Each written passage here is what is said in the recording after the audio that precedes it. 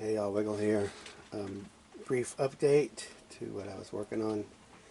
I went ahead and got some of those more rooted tomatoes in dirt. Same with some of the basil.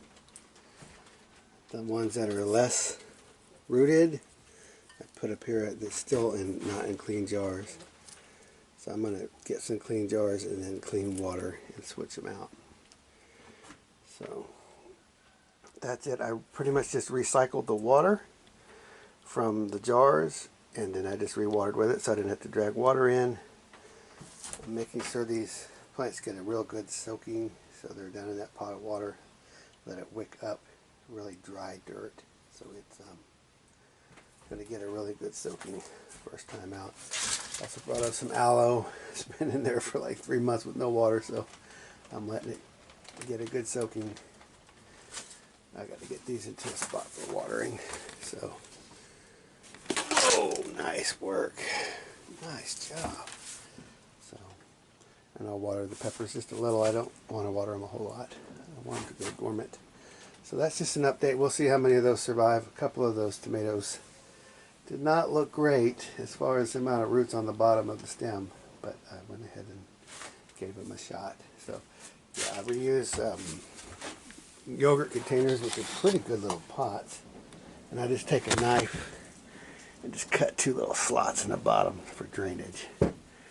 And I love to use those at Dixie cups. So we use them a lot around here, and they last several years. So anyway, I'll let you know in a month or so what lived, what didn't. The whole point of this is season extension. I tried to save tomatoes at the end of the season.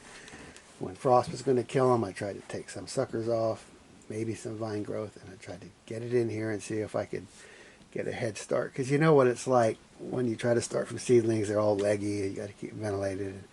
There's a lot of maintenance. So I'm just going to try to keep these tomatoes alive. I did prune off some of the dead stuff. I do have white flies, so I'm going to have to figure out how to take care of those things.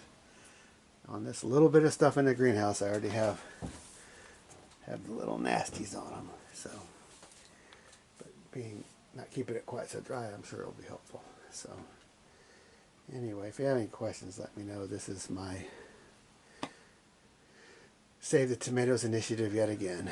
So I'm just trying to not have to start from seedlings, and trying to keep the most rugged genetics going around here, and we'll just see what kind of tomatoes we get. Generally the medium size. The little cherry tomatoes are usually pretty prolific, pretty tough.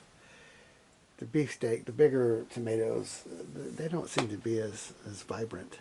And it's just kind of those average medium size, early girl size. That stuff seems to be the middle of the road seems to be the ones that make it the best.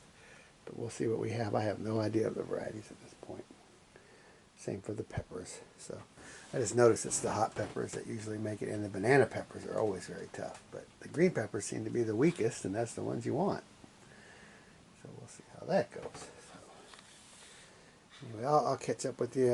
It's almost the end of my intermittent fast, about 11 o'clock. I'm going to go eat my breakfast. So I'll catch up with y'all later. It's Wiggle out.